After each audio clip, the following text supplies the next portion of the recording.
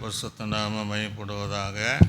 இன்றைக்கு நாம் தியானத்திற்காக கலாத்திற்கு நிருபம் 3ஆம் அதிகாரம் 13வது வசனத்தை ஒருவர் வாசிங்க. கலாத்திற்கு நிருபம் 3ஆம் அதிகாரம்.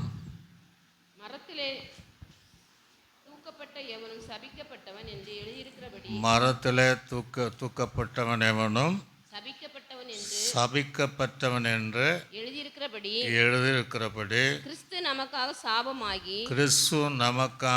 சாபமாகி நியாயப்பிரமாணத்தின் சாபத்திற்கு நம்மை நீங்களாக்கி மீட்டு கொண்டார். இறந்த வண்ணமாகவே நம்முடைய கண்களை மூடினவர்களாக ஆண்டு சமூகத்தை ஒப்பு கொடுத்து சிலுவை தியானத்து எங்களுக்கு கற்றுத்தாங்க ஆண்டவரே, அதன்படி நாங்களும் ஜீவிக்க உதவி செய்யும் என்கிற வாக்கின்படி எல்லாம் சோதனை பண்ணுங்க. சோதர ஆண்டவரே நன்றி செலுத்துகிறோம். இன்றைக்கும் தொடர்ந்து நாங்கள் சிலுவை சத்தியங்களை தியானிப்பதற்கு நீர் உதவி செய்யப்பதற்காக நன்றி செலுத்துகிறோம். இயேசு கிறிஸ்துவின் நாமத்தில் ஜெபிக்கிறோம் எங்கள் நல்ல பிதாவே. அல்லேலூயா. சத்தமாக தான் சொல்லுங்கள். அல்லேலூயா. இன்றைக்கு தலைப்பு நம்ம சிலுவை அப்படின்னு தியானம் பண்ணுவோம். இந்த சிலுவை என்பது பொதுவாகவே நம்ம நிறைய பேர் கழுத்தில் போடுவதை பார்த்துருக்குறோம். சில நேரம் மோதிரங்களிலும் அந்த சிலுவை அடையாளத்தை நம்ம பார்க்குறோம். சில நேரம் கல்லறை முழுவதும் சிலுவை அடையாளங்களும், சில தேவாலயத்தினுடைய முகப்பு பகுதியில் சில அடையாளங்களை நாம் பார்க்க முடியும். ஒரு சொல்லலையா? ஆனால் சிலுவை என்பது கலாத்தின் நிருபத்தில் வாசிக்கும் போது சபிக்கப்பட்ட மரம் அப்படி தான் பைபிள் இருக்கா இல்லையா? சபிக்கப்பட்ட மரம், சாபத்துக்கு அது ஒரு அடையாளமாக இருக்குது. அப்போ இயேசு கிறிஸ்து ஏன் அந்த சிலுவைக்கு போனார்? அந்த சபிக்கப்பட்ட மரத்தில் அவர் ஏன் அந்த சிலுவையில் தொங்கினார்? எதை நிறைவேற்றும்படியாக ஆண்டவர் போனார்? யாருக்காக போனார்? எதற்கெல்லாம் போனார் என்பதை தான் நம்ம தியானிக்க போகிறோம். ஒரு அல்லேலூயா.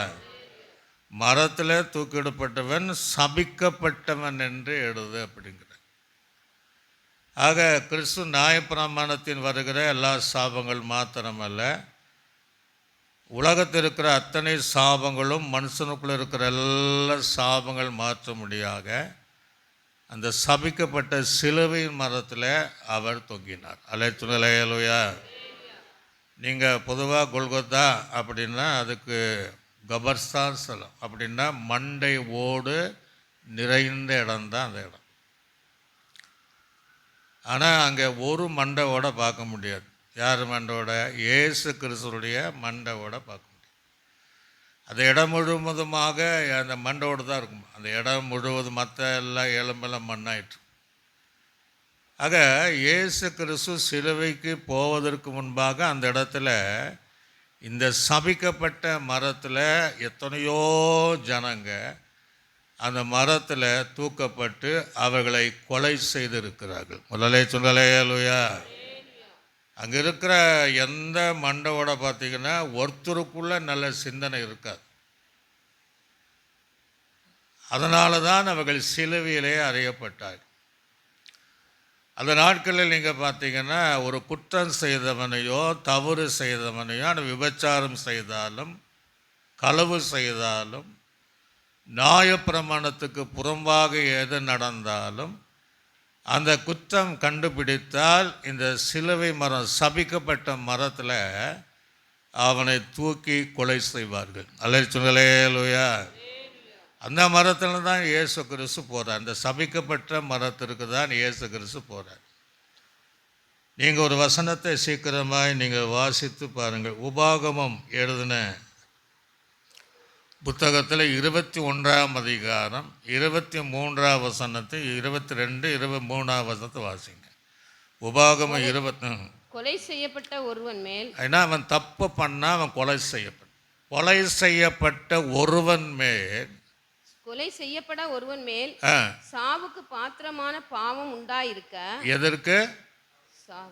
சாவுக்கு எதுவான பாத்திரமா அவன் இருந்ததுனால அவனை கொலை செய்யும்படி அவனை கொலை செய்யும்படி மரத்திலே தூக்கி போடுவாயானால் மரத்தில் தூக்கி போடுவாயானால் இரவிலே அவன் பிரேதம் இரவிலே அவனுடைய பிரேதம் மரத்திலே தொங்கலாகாது. மரத்திலே தொங்கலாகாது. அந்நாளிலே அந்த நாளிலே தானே அதை அடக்கம் பண்ண வேண்டும். அதை அடக்கம் பண்ண வேண்டும். தூக்கி போடப்பட்டவன் தூக்கி போடப்பட்டவன் தேவனால் சபிக்கப்பட்டவன். தேவனால சபிக்கப்பட்டவன். ஆகையால் உன் தேவனாகிய கர்த்தர் உன் தேவனாகிய கர்த்தர் உனக்கு சுதந்திரமாக கொடுக்கும். உனக்கு சுதந்திரமாக கொடுக்கும். உன் தேசத்தை தீட்டுப்படுத்தாயாக. அந்த அவனால தீட்டுப்படுத்தாதபடிக்கு உன் தேசத்தை அவனை என்ன செய்யணும்? கல்லுனால போட்டு குவிந்து அவனை அடக்கம் பண்ணிடணும். ஒரு அலை சொல்லலையா? ஆகவே தவறு செய்தவனுக்காக ஆயத்தமாக்கப்பட்டதுதான் சிலுவை மரம். அது இன்னொரு வகையில் சபிக்கப்பட்ட மரம். ஒரு அலை சொல்லலையா? அவனை தூக்கிலிட வேண்டும். அது தூக்கு மரமாக தான். அவன் கொலை செய்யப்பட வேண்டும். அவன் தேவனால சபிக்கப்பட்டவனா. ஆனால் அந்த தேவனே இந்த சபிக்கப்பட்ட மரத்துக்கு போறார். அல்லே சொல்லுயா? தேவனால சபிக்கப்பட்டவன் அந்த சபிக்கப்பட்ட மரத்தில் அந்த சிலுவையிலே அவன் அறையப்படுகிறார். சாயங்காலம் வரைக்கும் அவங்க வைத்திருக்கக்கூடாது. அதற்குள்ளாக அவனை இறக்கி அவனை செய்ய வேண்டிய அடக்கம் பண்ணி அந்த தேசத்தில் தீட்டி இடாதபடி செய்ய வேண்டும் என்கிற பிரமாணம் இருக்கிறது. ஆனால் அந்த சபிக்கப்பட்ட மரத்தில் தேவனால் சபிக்கப்பட்டவன் அந்த சிலுவை அந்த மரத்தில் அறியப்பட்டவன் தான் அதே மரத்தில் நம்முடைய தேவனாகிய கர்த்தராக இயேசு அந்த சிலுவை மரத்தை கடந்து போகிறார். அல்லே சொல்லுங்களே லூயா, கையில் சொல்லுங்களே லூயா. அது ஒரு சபிக்கப்பட்ட மரம். தவறு செய்தவனை தூக்கி போடுகிற ஒரு மரம், கொலை செய்கிற மரம் என்று நாம் அறிந்து கொள்ளவே. இன்னும் நீங்கள் விளக்கமாக பார்த்தீங்கன்னா யோசுவாவினுடைய நாட்கள் ஆயின் பட்டணத்துக்கு எதிராக யுத்தம் வரும்போது ஜெயம் எடுக்கிறாங்க. அது மாத்திரம் எடுத்து நம்ம 1 மணி நேரம் ஆயிடும். அங்கே அந்த இவங்க அந்த தேசத்தை ஜெயித்த உடனே அந்த ராஜாவை பிடித்து என்ன செய்கிறாங்கன்னா, யோசுவாவின் புஸ்தகம் 8ஆம் அதிகாரம் 29வது வசனத்தை வாசிங்க. ஆயின் ராஜாவை ஒரு மரத்திலே தூக்கி போடுவித்து. அந்த மரம் தான் சொல்றார். இதே மரம் ஒரு மரத்தில் தூக்கிடப்பட்டு சாயங்காலம் மட்டும் அதிலே தொங்க விட்டார்கள். சாயங்காலம் மட்டும் அதிலே தொங்க விட்டார்கள். சூரியன் அஸ்தமித்த பின்பு மறைந்த பின்பு யோசுவா அவன் உடலை மரத்தை விட்டு அந்த உடலை மரத்தை விட்டு இறக்க சொன்னான். அதை பட்டண வாசலிலே போட்டு இந்நாள் வரைக்கும் இருக்கிற பெரிய கற்குவியலை அதுக்கு மேல போட்டு முடித்தார். ஒரு அலை சொல்லலே லூயா, சத்தமாக சொல்லுங்களே லூயா. அப்போ இங்கே தேவன் அந்த கலாத்து நிருபத்தில் அந்த சபிக்கப்பட்ட சிலுவை மரத்தில் அவரே விரும்பி அவர் கடந்து போனார். அப்போ எதற்காக? எதை நிறைவேற்றுவதற்காக? அது யாருக்காக? அதனால் உண்டாகிற என்ன ஆசீர்வாதத்திற்காக? தேவனால பிரமாணத்தின்படி தவறு செய்வதனை அந்த சபிக்கப்பட்ட மரத்தில் ஒரு நாள் முழுவதும் கொலை செய்யப்பட்டு அவன் அதிலிருந்து சூரியன் மறைவதற்குள்ளாக இறக்கப்பட்டு அவனை அடக்கம் பண்ண வேண்டும் என்கிற ஒரு பிரமாணம் இருக்கிறது. அந்த பிரமாணத்தின்படி தேவன் என்ன செய்கிறாருன்னா எதிர்மறையாக அவரே அந்த சிலுவைக்கு கடந்து போகிறார். அல்லே சொல்லுங்களே அல்லையா? இதே யோசுவாவினுடைய புத்தகத்தில் இன்னும் 5 ராஜாக்களை ஒரு தடவை அவன் ஜெயம் எடுக்கிறான். அவர்கள் கெபியிலே ஒளிந்திருந்தார்கள். அவர்கள் மீண்டும் யுத்தத்தில் கண்டுபிடிச்சு அந்த 5 ராஜாக்களையும் கொலை செய்கிறார்.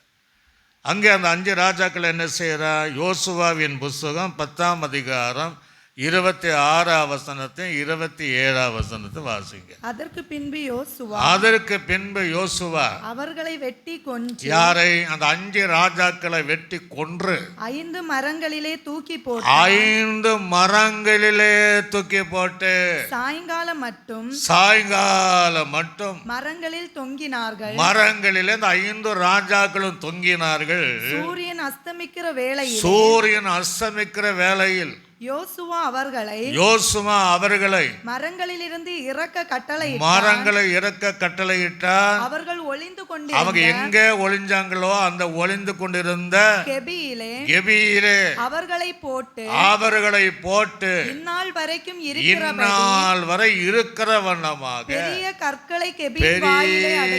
கற்களினாத கெபியின் வாசலை அடைத்து போட்டார்கள். சொல்லலேலுயா, சத்தமா சொல்லலேலுயா.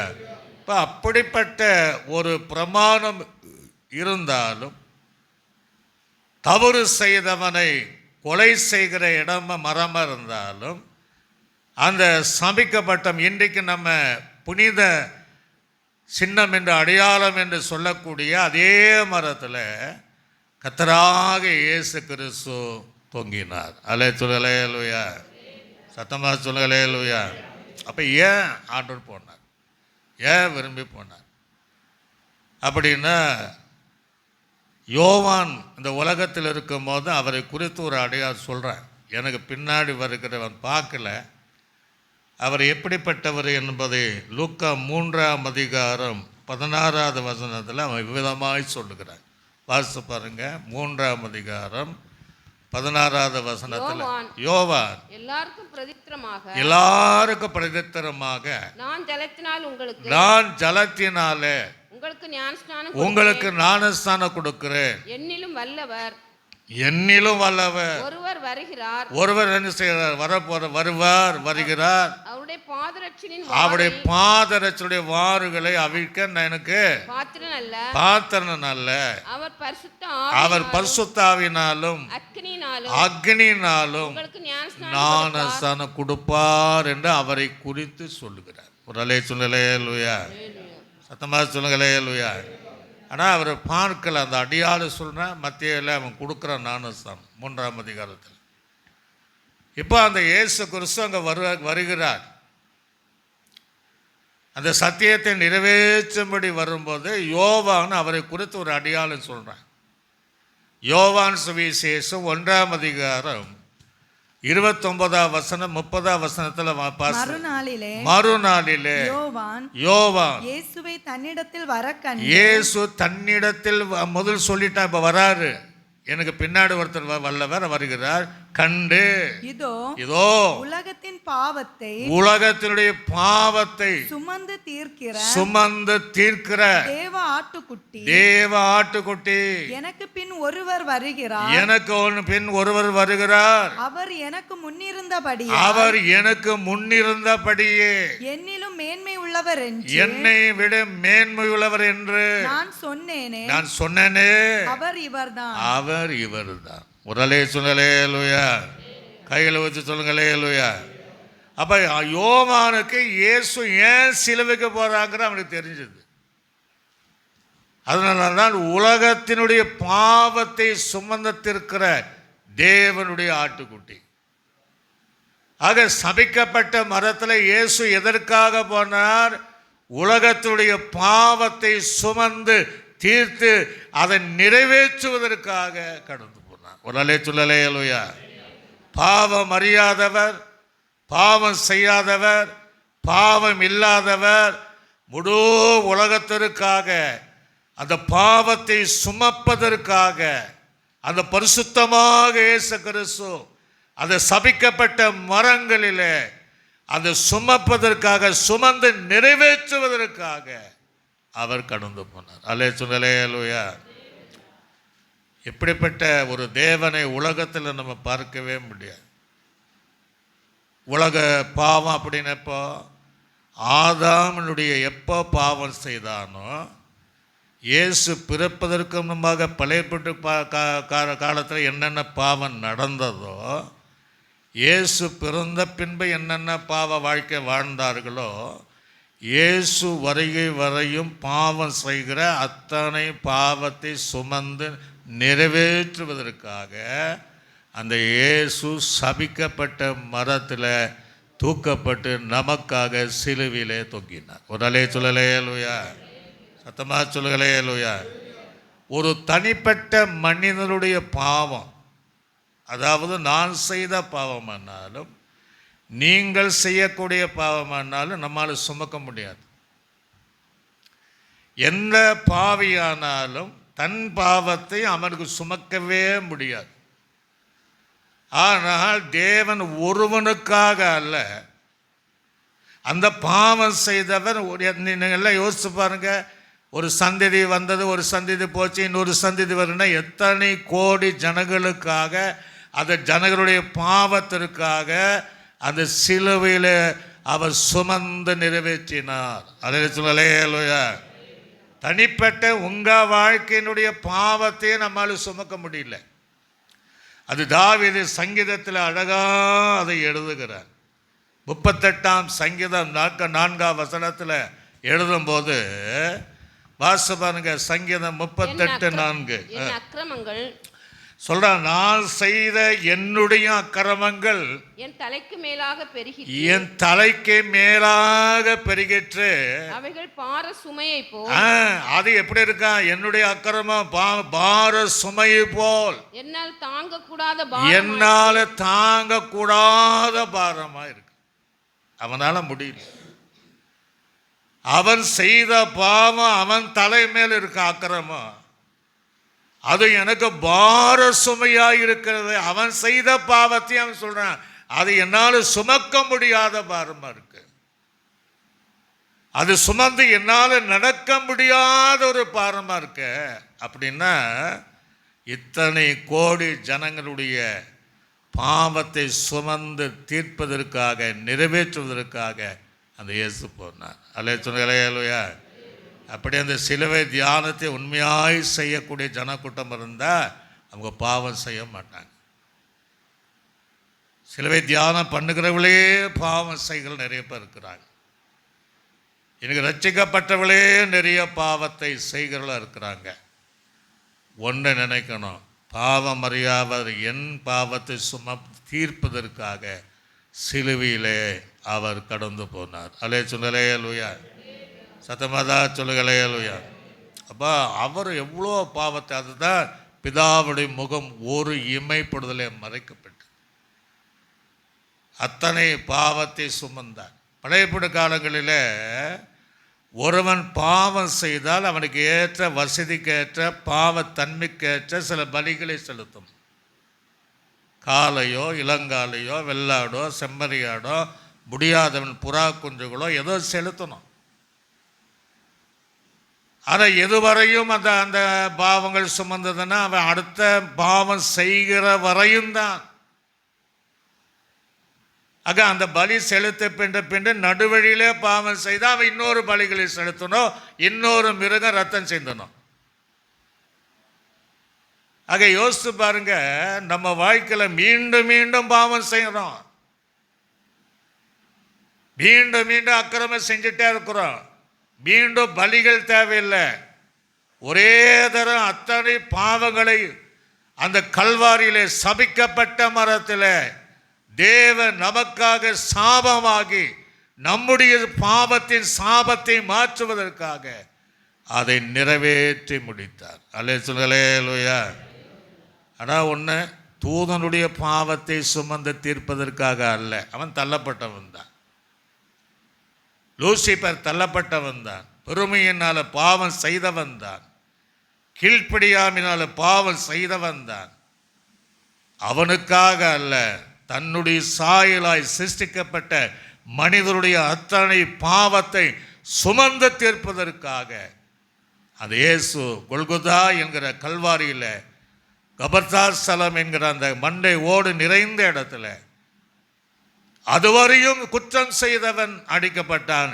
ஆனால் இயேசு அதை குற்றம் செய்யாதவர், பழுதற்றவர், உங்களுக்காக எனக்காக, இதை கேட்கிற ஜனங்களுக்காக, உங்களுடைய பாவங்கள் நிமித்தமாக அதை நாம் நிறைவேற்ற வேண்டிய இடத்துல இயேசு நிறைவேற்றும்படி கடந்து போனார். அல்லே சொல்லுங்களேலுயா, சத்தமா சொல்லுங்களேலுயா.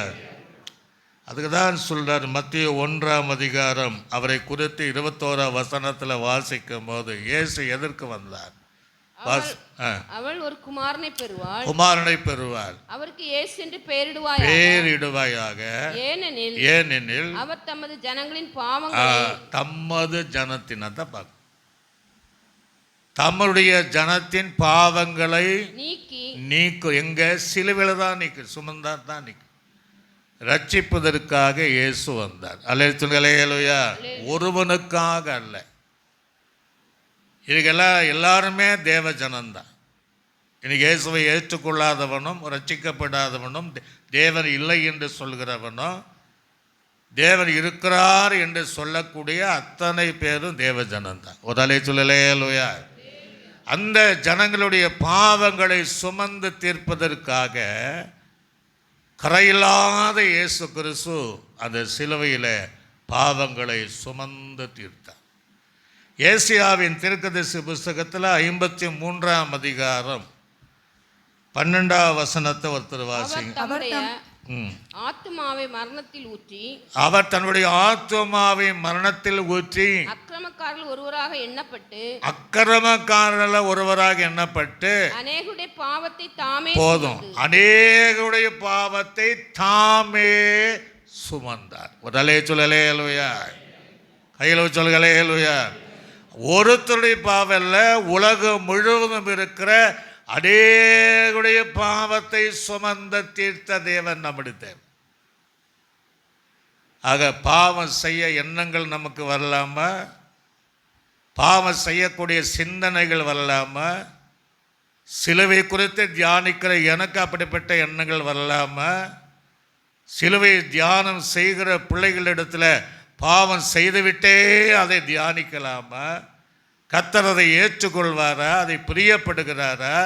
அங்கே எதற்காகன்னா உங்கள் என்னுடைய பாவத்தை சுமந்து அதை நிறைவேற்றும்படியாக இயேசு சபிக்கப்பட்ட மரத்தில் நமக்காக தூக்கப்பட்டு சாபமானார். அல்லே சொல்லுங்களேலுயா, சத்தமாதா சொல்லுங்களேலுயா. அப்படிப்பட்ட நல்ல தேவன். இன்னும் சிலுவையில் எதற்காக போனார் அப்படின்னா ரத்தம் சிந்துவதற்காக போனார். அல்லே சொல்லுங்களேலுயா. எதற்காக போனார்? ரத்தம். அதுவரையும் குற்றம் செய்தனுடைய பாவம் ரத்தம்தான் சிந்தப்பட்டது. அது குற்றமுள்ள ரத்தம். இன்னொருடைய குற்றத்தை அது சுத்திகரிக்காது. இன்னொரு குற்றம் செய்தவனுக்கு அது பரிகாரமாக இருக்காது. இப்போ குற்றம் இது செய்யாத இயேசு கிறிஸ்து தன்னுடைய பழுதற்ற ரத்தத்தை சிந்தி நிறைவேற்றுவதற்காக அந்த இயேசு சிலுவைக்கு கடந்து போனார். அல்லே சொல்லுங்களேலுயா. சீக்கிரமாய் வாசிங்க பார்ப்போம். லேவியராக புத்தகத்தில் 17ஆம் அதிகாரம் 11ஆவது வசனத்தை சீக்கிரமாக வாசிங்க. மாம்சத்தின் உயிர் ரத்தத்தில் இருக்கிறது. மாம்சத்தின் உயிர் எங்கதான் இருக்கா? ரத்தத்தில். ரத்தம் இல்லைன்னா நமக்கு உயிர் போச்சுன்னா. ஆக ஒரு மனிதனுடைய உயிர், மாம்சமானுடைய உயிர் அவன் சரீரத்திற்குள் இருக்கிற ரத்தத்தில் இருக்கிறது. நான் அதை உங்களுக்கு பலிபீடத்தின் மேல் உங்கள் ஆத்துமாக்களுக்காக, உங்களுடைய யாருக்காக? நமக்காக தான். உங்களுடைய ஆத்துமாக்களுக்காக பாவ நிவர்த்தி செய்யும்படிக்கு கட்டளையிட்டேன். ஆத்துமாவிற்காக பாவ நிவர்த்தி செய்வது ரத்தம். அலே சொல்லுங்களேலுயா, சத்தமா சொல்லுங்களேலுயா. ஆக நம்முடைய ஆத்துமாவிற்காக, அந்த ஆத்துமா ஜீவனோடு இருப்பதற்காக பாவத்தை சுமந்தவன் அந்த பாவத்துக்கு ஒரு பரிகாரத்தை அங்கே சிலுவையிலே முடிக்கிறான். தன் உதரத்தை எல்லாவித இரத்தத்தையும், கடைசியாக விழாவில் குத்தப்பட்ட அந்த இரத்தத்தையும், முழுமையான இரத்தத்தையும், தனக்கென்று ஒரு சொட்டு ரத்தத்தை வைக்காம அத்தனை பேருடைய ஆத்துமா நிவர்த்தி ஆக்குகிற, அந்த ஆத்துமா ஜீவனோடு இருக்கும்படியாக அந்த ரத்தத்தை சிலுவையில சிந்தி நிறைவேற்றும்படியாக இயேசுக்கு வந்தார். அல்லே சொல்லுங்களேலுயா. சத்தமாக சொல்லுங்க அல்லேலூயா. அதான் சொல்றார், ஒருவன் நல்லவனுக்காக மறிக்கலான், கிறிஸ்து நான் பாவிகளாக இருக்கும்போது நமக்காக இயேசு சிலுவையில் பாவத்தையும் சுமந்தார். அதுக்கு பரிகாரத்தை எது மன்னிக்கும்? இரத்த சிந்துதல் இல்லாமல் பாவ மன்னிப்பு உண்டாகாது என்று அவருடைய இரத்தத்தையே சிந்தி ஆத்துமாவை சுத்திகரித்து ஆத்துமாவில் நிவர்த்தி உண்டாக முழுமையான இரத்தத்தை சிந்தினார். அல்லேலூயா. சத்தமாக சொல்லுங்க அல்லேலூயா. இதை தியானிக்கிறது நம்முடைய ஆத்துமா எப்படி இருக்கு? என்னுடைய ஆத்துமா தேவனுக்கு பிரியமா இருக்கா? தாவீது சொன்னாலே, என் ஆத்துமா பாதாளத்தை நீங்க விடாதீங்க. நம்முடைய ஆத்துமா எதற்காக சுத்திகரிக்கப்பட்டு? பாதாளத்திற்காக அல்ல, பரலோகத்திற்காக. இயேசு நமக்காக இரத்தம் சிந்தினார். எபிரேயருக்கு நிருபத்தில் வாசிக்கும் போது 9ஆம் அதிகாரம் அதில் 22வது வசனத்தை வாசிங்க. எபிரேயர் பிரமாணத்தின்படி நியாய பிரமாணத்தின்படி கொஞ்சம் குறைய எல்லாம் இரத்தத்தினாலே எல்லாமே இரத்தத்தினாலே சுத்திகரிக்கப்படும். கொஞ்சம் குறிய எல்லாமே உயிரோடு வாழ்கிற மனிதர்கள் யாவருக்கும் இரத்தத்தினால சுத்திகரிக்கப்படும். இரத்தம் சிந்துதல் இல்லாமல் இரத்த சிந்துதல் இல்லாமல் மன்னிப்பு உண்டாகாது அப்படின்னு ஆண்டு சொல்றார். அல்லேலூயா. நாம் ரத்தம் சிந்துவதனால நம்முடைய பாவங்கள் மன்னிக்கப்படாது.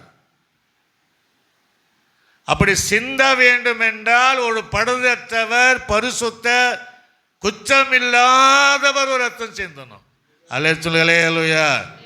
ஆகவே எல்லாவற்றையும் பரிசுத்தப்படுத்துவது, சுத்திகரிப்பது அவருடைய ரத்தமே. இரத்த சிந்துதல் இல்லாமல் பாவ மன்னிப்பு உண்டாகாது என்று வேதம் சொல்கிறபடி அந்த இயேசு கிறிஸ்து பாவத்தை நமக்காக சென்று நிறைவேற்றும்படியாக அந்த இயேசு அவர் கடந்து போனார். அல்லேலூயா. இப்போ நல்லா கவனிக்கணும். எல்லாம் பாவத்தை சுமந்துட்டார், எல்லாருக்காக ரத்தம் சிந்தினார்.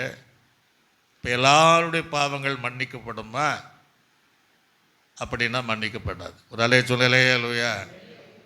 தன்னை சிலுவையில் தொங்கின இயேசு கிறிஸ்துவை விசுவாசித்து அவருடைய உபதேசங்களை கேட்டு பாவ உணர்வு அடைந்து மனம் திரும்பி பாவ அறிக்கை செய்து விட்டு விடும்போது அவர் ஏற்கனவே இந்த சுமந்தார் இல்லையா, சிந்தினார் இல்லையா, அந்த இரத்தம் நம்முடைய பாவங்களை மன்னிக்கும். ஒரு அல்லேலூயா.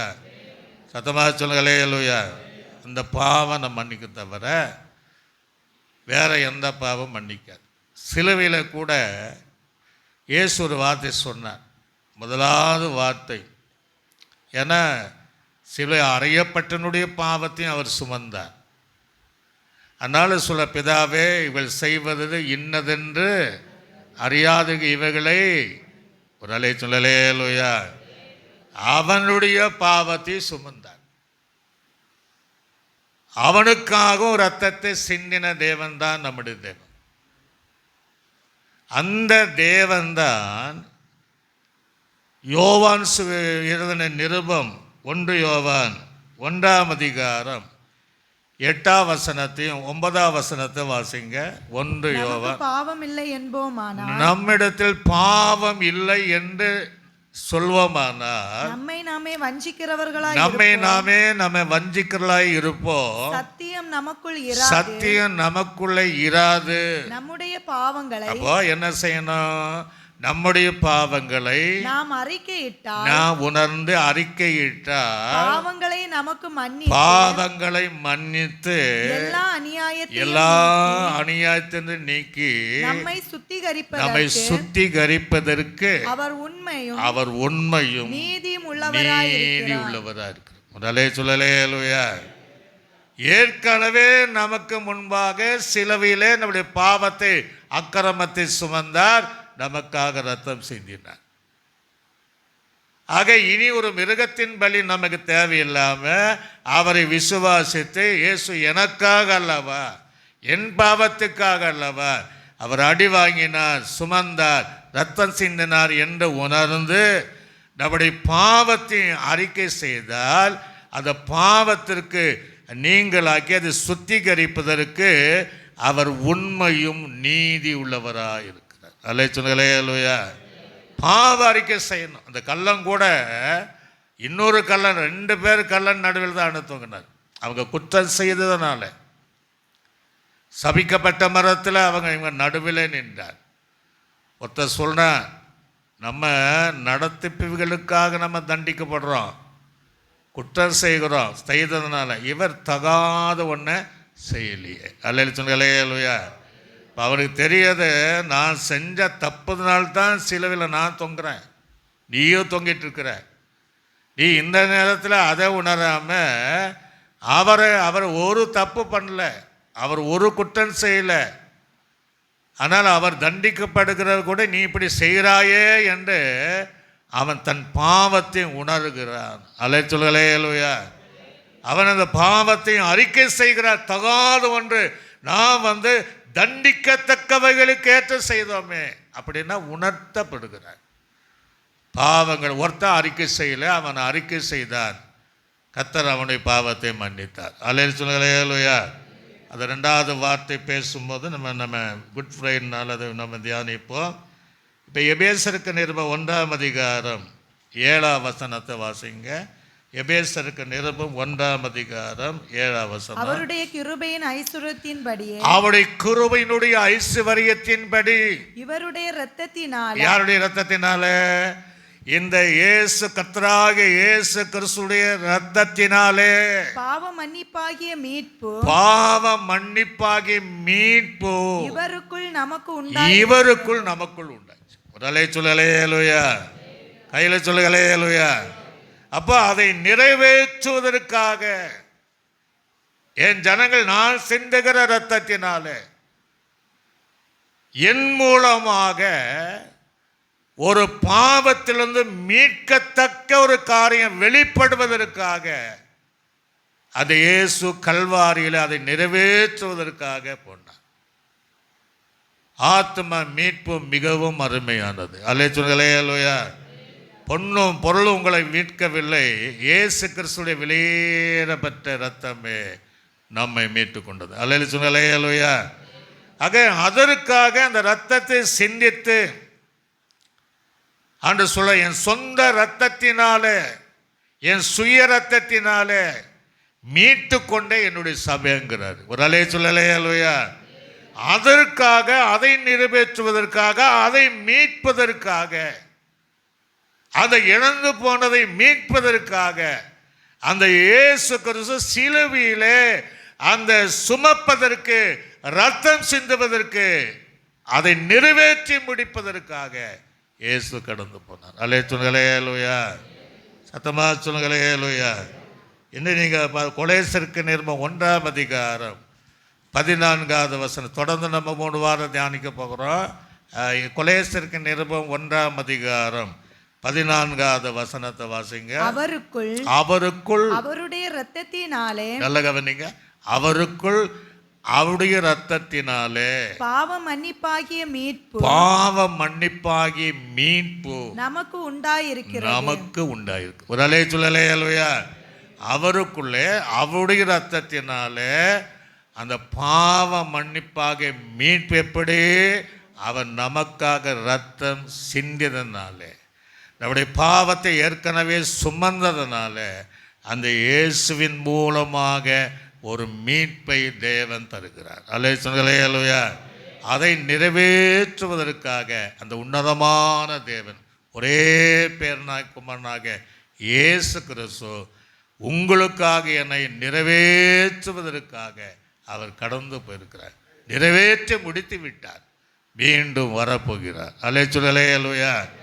அதற்காகவே சிலுவையை சுமந்த ரோமருக்கு நிருபத்தில் 5ஆம் அதிகாரம் அங்கே 9ஆம் வசனத்தை கூட வாசிங்க.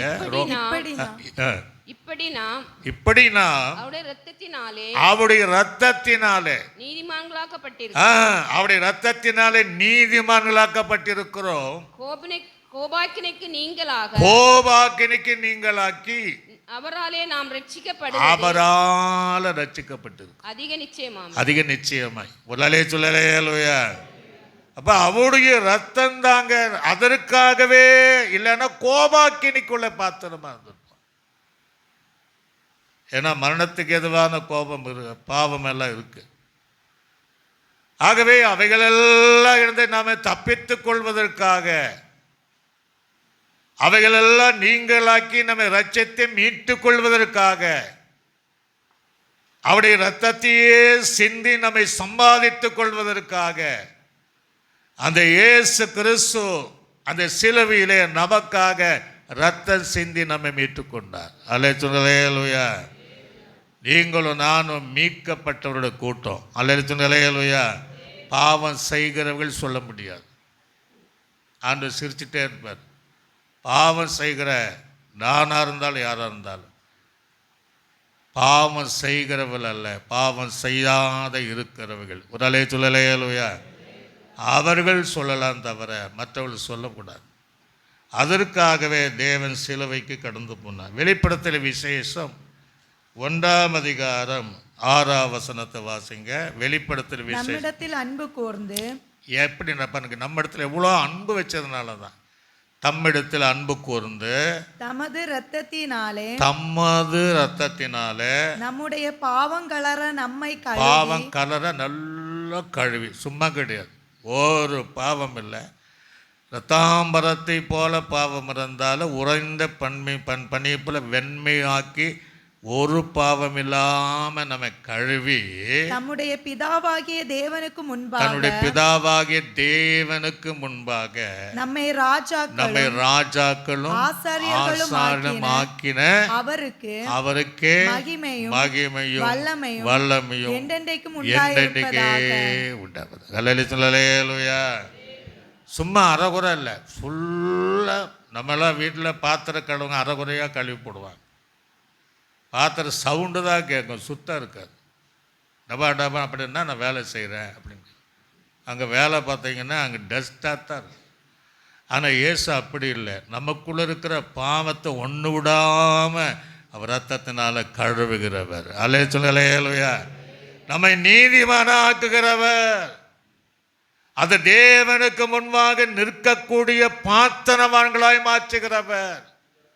ராஜாக்களாக ஆசாரியர்கள் நிற்க செய்யும்படியாக அந்த இயேசு முதலாவது பாவத்தை சுமந்தார், இரண்டாவது அதற்காக பரிகாரமாய் தன்னுடைய ரத்தம் முழுமையும் சிந்தினார். அல்லேலூயா. அதை நிறைவேற்றும்படியாக இயேசு போனார். இதெல்லாம் தியானிக்கும் போது இப்படி தியானிக்கணும். சும்மா அதை பார்த்துட்டு அழுதுட்டு இருப்பாங்க. அவைகள் அல்ல, யான் செய்த பாவம், நான் இந்த நாள் செய்த பாவம், என்னைக்கோ சிலுவை சுமந்தார, இனி நான் பாவத்தில் நிலைநிற்கலாமா, பாவ வாழ்க்கை நான் வாடலாமா, பாவ சிந்தனை எனக்குள்ள வரலாமா, அதை வெறுக்கக்கூடிய எண்ணங்கள் உண்டு. அந்த இரத்தத்தினால அனுதினமும் நம்ம கழுவணும். அல்லேலூயா. அனுதினமும் நம்மை சுத்திகரித்து கொண்டு நம் டெய்லி நீதிமான்கள் ஆக்கப்பட தேவ சமூகத்தில் அப்படிப்பட்ட ஒரு தியானமாக ஏதோ கடமைக்கு வருஷத்துக்கு சில நாள் தியானம் பண்ணி அப்படியே அவரை தள்ளிட்டு அடுத்த வருஷம் மீண்டும் தியானம் பண்ணுகிற அனுபவம் அல்ல. அல்லேலூயா. அவர் ஏன் அந்த சபிக்கப்பட்ட மரத்தில் போனார்?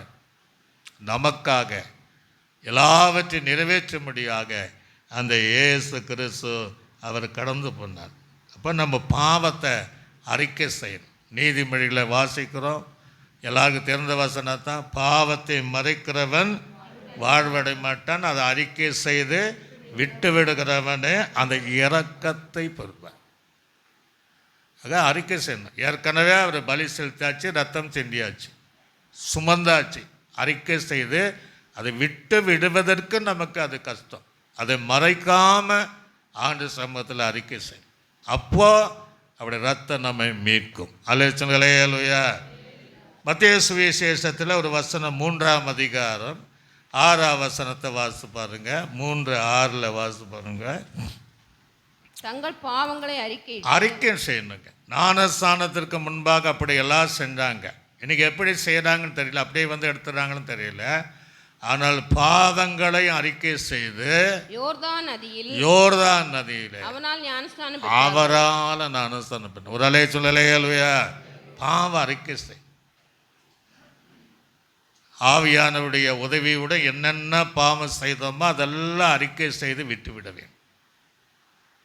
அப்போ அந்த இயேசுவின் ரத்தம் நம்மை சகல பாவங்களை நீக்கி ஒரு மீட்பை, நீதிமான்கிற அந்தஸ்தை, தேவ பிள்ளைகளுங்கிற அந்தஸ்தை, பரிசுத்தவான்கிற அந்தஸ்தை தேவன் நமக்கு தருவார். அல்லேலூயா. அவர் அவருக்காக அல்ல நமக்காக போனார். அவருக்காக அல்ல நமக்காக போனார். அவர் அவருக்காக சுமக்கல, நமக்காக சுமந்தார். அவர் அவருக்காக ரத்தம் சிந்தல, நமக்காக ரத்தம் சிந்தினார். அல்லேலூயா. இன்னும் சில வசனங்களை என்ன வாசிப்போம். இப்போ நல்ல கவனிங்க. மத்தேயு சுவிசேஷம் 26ஆம் அதிகாரம் 28ஆம் வசனத்தை வாசிங்க. அடுத்தது எதற்காக பாவ மன்னிப்பு உண்டாகும்படி, நல்ல கவனிங்க, பாவ மன்னிப்பு உண்டாகும்படி அநேகருக்காக சிந்தப்படுகிற, நல்ல கவனிங்க, அங்கேயே அர்த்தம் சொல்ற, ரத்தம் அநேகருக்கு தான், அநேகருக்காக சிந்தப்படுகிற புது உடன்படிக்கை, புதிய உடன்படிக்கைக்குரிய என்னுடைய ரத்தமா இருக்கு. அப்போ இந்த சிலுவை ஏன் ரத்தம் சிந்தனான்னா, உங்களோடு அவரோடு உடன்படிக்கை செய்யக்கூடிய ரத்தம். உடலே சொல்லலையா, சத்தமாக சொல்லலையா.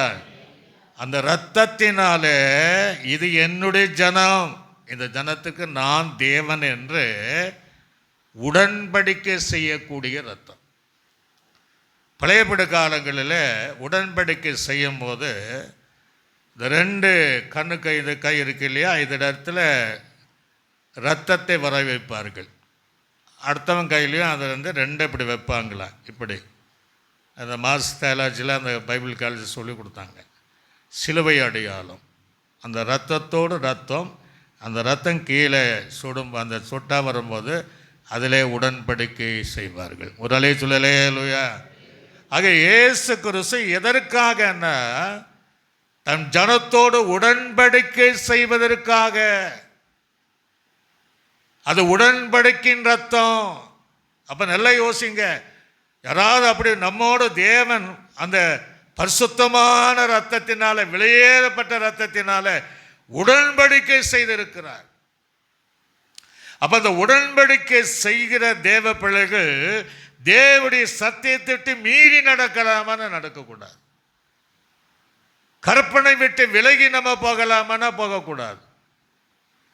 வேறு திசையாய் மார்க்கத்தை தேடி பாவ சிந்தனை உடையவளாக இருக்கலாமான்னு இருக்கக்கூடாது. அதற்காக அல்ல, தன்னுடைய சிந்தனை, தன்னுடைய ரத்தம் எப்படி பழுதற்றாய் இருக்கிறதோ அந்த ரத்தத்தினால நம்மோடு உடன்படிக்கை செய்யும்படியாக அவர் சிலுவிலே ரத்தம் சிந்தினார். அல்லேலூயா. உடன்படிக்கையின் ரத்தம் அதற்கு பேர். இந்த பைபிளை நீங்கள் மார்க் சுவிசேஷத்தில் கூட வாசிக்கும் போது, அல்லது யாத்திரையாகம் வாசிங்க. யாத்திரையாகமம் 24ஆம் அதிகாரம் 1ஆம் வசனம் முதல் 8ஆம் வசனம் வரைக்கும் சீக்கிரம். அவர் மோசேயை நோக்கி, பின்பு அவர் மோசேயை நோக்கி, நீயும் ஆரோனும் நாதாபும் அபியும் இஸ்ரவேலின் மூப்பரில் 70 பேரும் கர்த்தரிடத்தில் ஏறி வந்து தூரத்திலிருந்து பணிந்து கொள்ளுங்கள். தூரத்தில், இன்னைக்கெல்லாம் பக்கத்தில் வந்துடுறாங்க, இன்னைக்கு தூரத்திலிருந்து பணிந்து கொள்ளுங்கள். மோசே மாத்திரம் கர்த்தரிடத்தில் சமீபித்து வரலாம். அவர்கள் சமீபத்தில் வரலாகாது. ஜனங்கள் அவரோடு கூட ஏறி வர வேண்டாம் என்றார். மோசே வந்து கர்த்தருடைய வார்த்தைகள் யாவையும் நியாயங்கள் யாவையும் ஜனங்களுக்கு அறிவித்தான். அப்பொழுது ஜனங்கள் எல்லாரும் ஏக சத்தமாய் கர்த்தர் அருளின அருளின எல்லா வார்த்தைகளின் படியும் எல்லா வார்த்தையின்படி செய்வோம் என்று பிரதியுத்தரம் சொன்னார்கள். மோசே கர்த்தருடைய வார்த்தைகளை எல்லாம் எழுதி வைத்து அதிகாலமே எழுந்து மலையின் அடியில் ஒரு பலிபீடத்தை கட்டி இஸ்ரவேலுடைய 12 கோத்திரங்களுடன் லக்கத்தின்படி 12 தூண்களை நிறுத்தினார். இஸ்ரவேலின் வாலிபரை அனுப்பினார். அவர்கள் சர்வாங்க தகன பலிகளை செலுத்தி கர்த்தருக்கு சமாதான பலிகளாகவும் காளைகளை பலியிட்டார்கள். அப்பொழுது மோசே அந்த இரத்தத்தை பாதி எடுத்து பாத்திரங்களை வார்த்து பாதி இரத்தத்தை பலிபீடத்தின் மேல் தெளித்து உடன்படிக்கையின் புஸ்தகத்தை எடுத்து ஜனங்கள்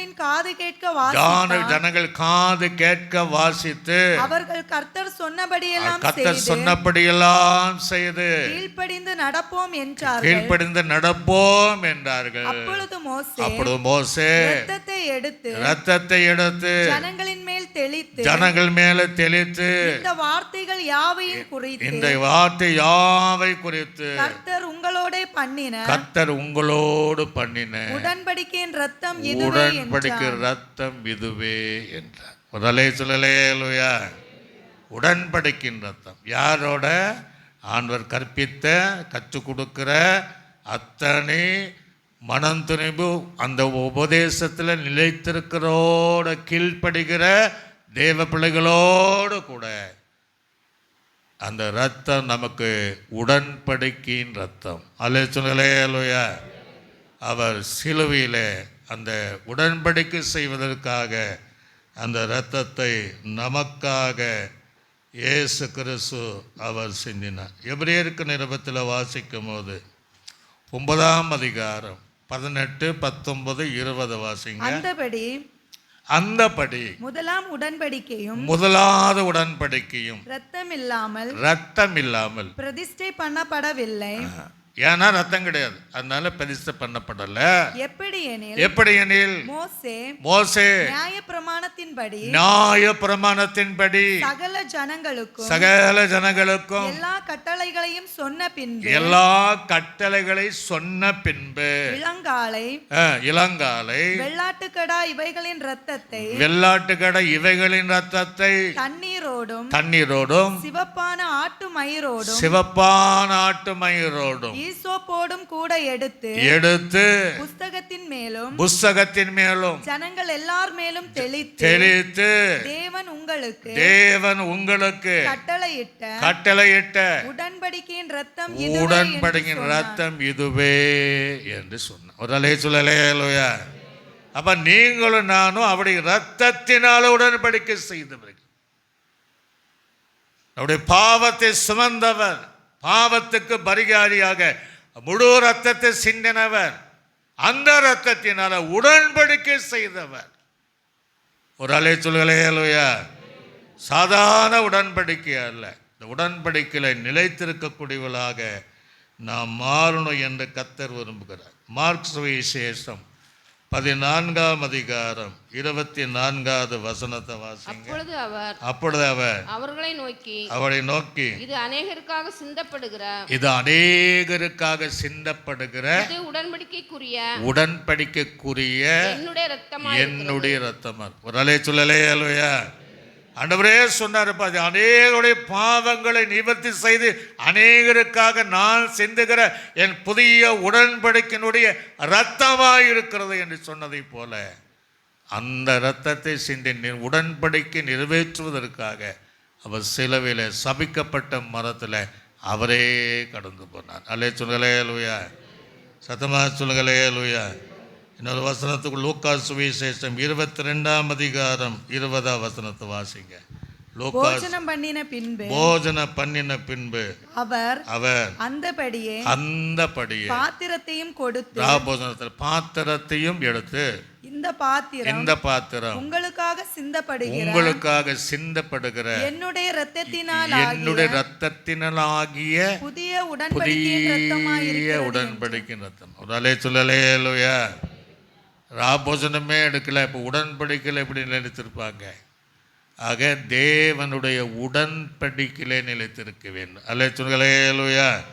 இன்னொரு வசனத்து கூட சீக்கிரமாக லூக்காஸ் 1 கொரிந்தியர் 15ஆம் அதிகாரம் 25ஆம் வசனத்தை கூட வாசிங்க.